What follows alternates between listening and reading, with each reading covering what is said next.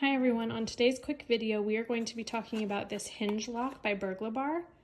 So one thing that I really love about this lock is that you need no tools for installation. As you can see, you just take off this little piece of paper on top of the adhesive and you stick it right on your glass.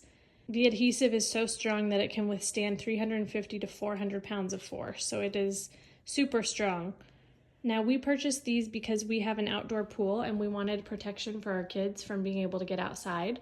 So this just sits nicely on our sliding door. As you can see, it's really inconspicuous, it's clear, and so it looks really nice and it's kind of out of eyesight. So the way it works is if I want to release the lock, I just push it down like this. And then when I go to unlock the door, it opens right up.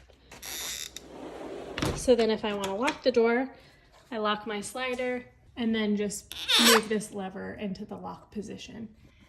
Now if you'll see, I'm going to try again to open the door and I can't. It's completely locked.